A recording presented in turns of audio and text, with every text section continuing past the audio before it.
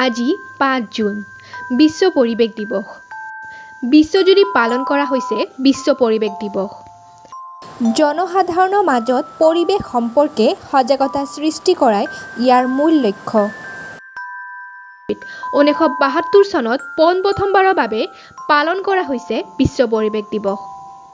সেউজ ধৰা আৰু পৰিৱেশৰ ভাৰসাম্য বৰ্তি ৰখা আৰু জনসাধাৰণৰ মাজত পৰিৱেশ সম্পৰ্কে সজাগতা সৃষ্টি কৰাৰ উদ্দেশ্যে ৫ জুনত পালন কৰা হয় বিশ্ব পৰিৱেশ দিৱস।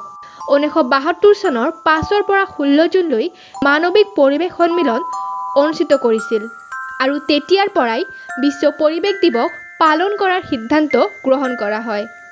প্ৰথমবাৰৰ বাবে 1974 চনৰ ৫ জুনত আমেৰিকা যুক্তৰাষ্ট্ৰত পালন কৰা হৈছিল বিশ্ব পৰিৱেশ দিৱস। 1967 চনৰ পৰা প্ৰতি বছৰে বিশ্বজুৰি পালন কৰা হয় বিশ্ব পৰিৱেশ দিৱস।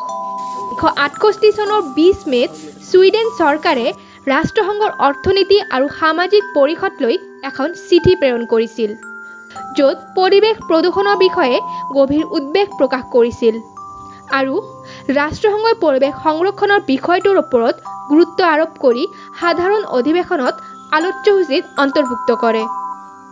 1972 চনৰ ছুইডেনৰ ৰাজধানী ষ্টকহোমত ৰাষ্ট্ৰসংঘৰ মানৱিক পৰিৱেশ সন্মিলন অনুষ্ঠিত হয়, য'ত 100ৰো অধিক দেশ অংশগ্ৰহণ কৰিছিল। 1973 চনৰ ৫ জুনৰ দিনটো ৰাষ্ট্ৰসংঘই বিশ্ব পৰিৱেশ দিৱস হিচাপে ঘোষণা কৰে। প্ৰতি বছৰে নতুন বিষয়বস্তু বা প্ৰতিপাদ্য লৈ উদযাপন কৰা হয় বিশ্ব পৰিৱেশ দিৱস। 2022 চনৰ বিষয়বস্তু বা প্ৰতিপাদ্য হৈছে অনলি ওৱান আৰ্থ। ই কেৱল এটা তাৰিখ বা দিন নহয়, ই মানৱ জাতিক জীয়াই ৰখাৰ এক উৎস।